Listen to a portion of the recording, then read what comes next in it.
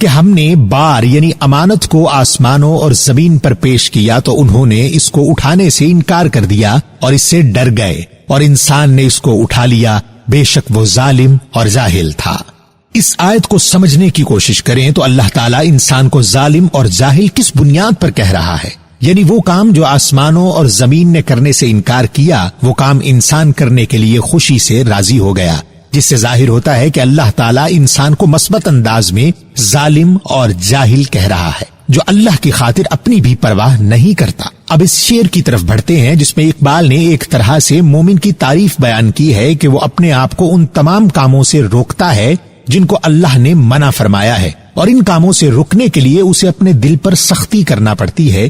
جیسا کہ آپ جانتے ہیں کہ گناہ کی لذت انتہائی مختصر ہوتی ہے، لیکن اس کے باوجود انسان کا دل گناہ کی طرف جلدی راغب ہو جاتا ہے، اور جب آپ خود کو گناہ سے روکتے ہیں تو اچھی خاصی دشواری کا سامنا کرتے ہیں۔ اور پہلے مصرے میں ہی فرما رہے ہیں کہ دل پر سختی کی وجہ یہ ہے کہ مومن خود کو اللہ کے سوا ہر اس طاقت سے بے خبر رکھتا ہے جو اللہ کے خوف اور طاقت میں کمی کا باعث بنتی ہے۔ یعنی کلی طور پر دیکھا جائے تو اقبال نے وہی بات کہی ہے جو اللہ تعالیٰ نے اوپر دی گئی آیت میں کہی ہے۔ اقبال فرماتے ہیں کہ اللہ کی خاطر اپنے دل پر سختی کی وجہ سے ہی وہ خدا مجھے ظالم بھی کہتا ہے اور جاہل بھی، لیکن اگر دل پر ظلم اور جبر کرنے کی وجہ سے اللہ خوش ہوتا ہے تو مجھے یہ ظالم اور جاہل ہونے کا اعزاز بھی خوشی سے قبول ہے۔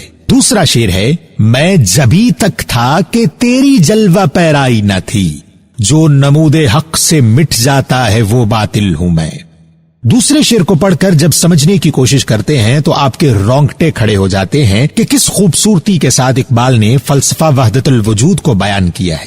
ذرا غور سے پہلا مصرع پڑھیے۔ اقبال فرماتے ہیں کہ انسان کو اپنا وجود اس وقت تک نظر آتا ہے جب تک اسے اپنے اندر اللہ نظر نہیں آتا۔ اللہ تعالیٰ ہر وقت انسان کے سامنے موجود ہوتا ہے، لیکن انسان اسے اپنے دل میں موجود کثافتوں کے باعث دیکھ ہی نہیں پاتا، جس پر اقبال فرماتے ہیں کہ یقینی طور پر تو سامنے موجود ہے، لیکن میری آنکھ تجھے نمایاں ہوتا نہیں دیکھ سکی۔ جب تک میں تجھے دیکھ نہیں پایا تب تک مجھے اپنا آپ نظر آتا رہا۔ اور اگلے مصرے میں اقبال نے قرآن پاک کی سورہ بنی اسرائیل کی آیت نمبر 81 سے متاثر ہوتے ہوئے یہ شعر کہا ہے، جس کا ترجمہ ملاحظہ فرمائیے، اور کہہ دو کہ حق آ گیا اور باطل نابود ہو گیا، بے شک باطل نابود ہونے والا ہے۔ اس آیت سے متاثر ہو کر اقبال نے اپنے آپ کو اس لیے باطل کہا کہ جب تک میں اپنے آپ کو دیکھتا رہا تب تک مجھے اللہ نظر نہ آیا، اور جیسے ہی میرا دل صاف ہوا تو اللہ کا وجود روشن ہو گیا۔ اللہ کے وجود کا نمایاں ہونا تھا کہ میرا وجود کسی باطل کی طرح غائب ہو گیا، پھر صرف ایک ہی وجود تھا اور وہ حق کا وجود۔ باطل کے مٹ جانے پر صرف حق باقی رہا، یعنی میں مٹ گیا اور مجھے صرف میرا اللہ دکھائی دینے لگا۔ تصوف کے علم کی بنیاد کو اس قدر خوبصورتی سے بیان کرنا اقبال ہی کا کمال ہے کہ اصل حقیقت صرف اللہ ہے، انسان تو کچھ بھی نہیں۔ تیسرا شعر ہے، علم کے دریا سے نکلے غوطہ زن گوہر بدست، وائے محرومی خزف چینے لبے ساحل ہوں میں۔ تیسرا شعر بھی بہت ہی کمال ہے۔ اقبال نے علم کے دریاؤں کو کھوج لینے کے باوجود اپنے آپ کو علم کی تلاش میں ناکام کہا ہے۔ اللہ تعالیٰ کی ذات کے سامنے اپنے آپ کو اس قدر پست کر لیا ہے کہ یقیناً اللہ کو آپ کی اس ادا پر پیار تو آیا ہوگا۔ شعر کے پہلے مصرے میں فرماتے ہیں، اگر مان لیا جائے کہ علم ایک سمندر ہے تو اس سمندر میں سے موتی چننے کے لیے غوطہ لگانا شرط ہے۔ فرماتے ہیں کہ جب ایک طالب علم انہی موتیوں کی تلاش میں علم کے سمندر میں کود جاتا ہے تو دوبارہ پانی کی سطح پر ابھرتے ہی اس کے ہاتھ علم کے موتیوں سے بھر جاتے ہیں، لیکن ایک میں ہوں جس نے علم کے سمندر میں کودنے کی جرت ہی نہ کی اور کنارے پر کھڑا ٹھیکریاں چنتا رہا۔ میرے ہاتھوں میں صرف وہ سنگریزے اور سپیاں ہی آئیں جو سمندر اپنے ساحل پر نکال پھینکتا ہے۔ اقبال نے یہاں باور کروایا ہے کہ علم حاصل کرنا ایک مکمل جد و جہد کا نام ہے جو آسانی سے حاصل نہیں کیا جا سکتا۔ چوتھے شعر کی طرف بڑھتے ہیں اور چوتھا شعر ہے میری ذلت ہی کچھ میری شرافت کی دلیل، جس کی غفلت کو ملک روتے ہیں وہ غافل ہوں میں۔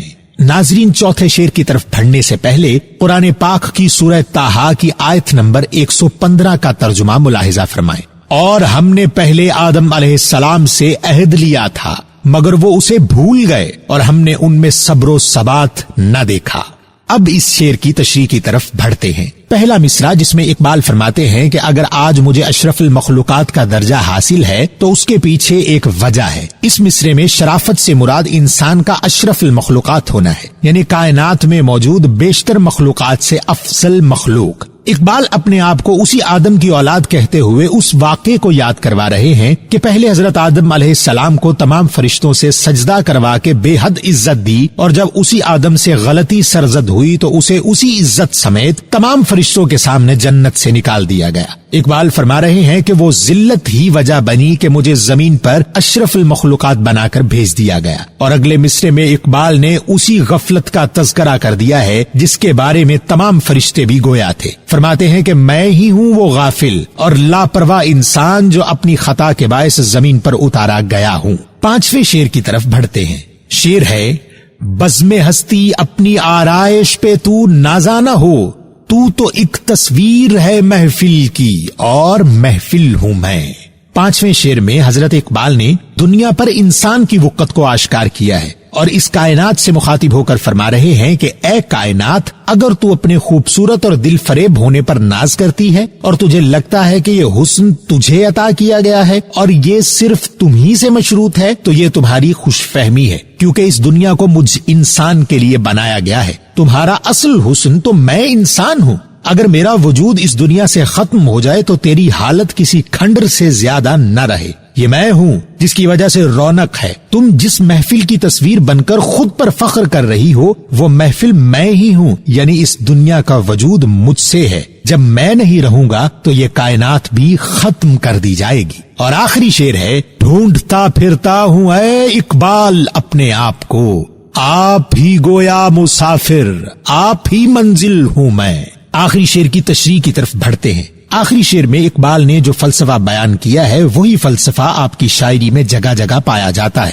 اور وہ ہے فلسفہ خودی۔ انسان جب معرفت کی تلاش میں نکلتا ہے تو دراصل وہ اپنے آپ کو ہی تلاش کرتا ہے، یعنی آپ کی خودی آپ کی تلاش میں نکلتی ہے۔ لہٰذا ایسی صورتحال میں آپ خود مسافر بھی ہوتے ہیں اور منزل بھی، یعنی اپنے آپ کی تلاش آپ کو کہاں سے کہاں پہنچا دیتی ہے۔ معرفت کے علم کی بنیادی خاصیت یہ بھی ہے کہ اگر آپ اللہ کو ڈھونڈنے نکلیں تو اپنے آپ کو پا لیتے ہیں، اور اگر اپنے آپ کو پانے کی تلاش میں نکلیں تو اللہ آپ کے اندر نمایاں ہونے لگتا ہے۔ اس آخری شعر میں آپ نے تصوف کی اس بنیاد سے آشنا کروایا ہے جس کو تلاش کرتے آپ کی عمر بیت گئی، کہ جب انسان اپنے آپ کو حاصل کر لیتا ہے تو اللہ خود بخود اس انسان کو اپنی قربت میں لے لیتا ہے، اور یہی اس انسان کی زندگی کا سب سے بڑا انعام ہوتا ہے جب وہ اپنا اصل مقام رب تعالیٰ کی قربت کی صورت حاصل کر لیتا ہے۔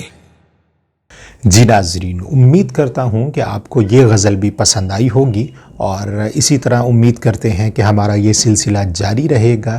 آپ اقبال کو سیکھنے کی کوشش کیجئے اور ہم مل کر اقبال کے کلام کو پوری دنیا میں پھیلائیں گے۔ عبد المنان کو اجازت دیجئے، اللہ نگہبان۔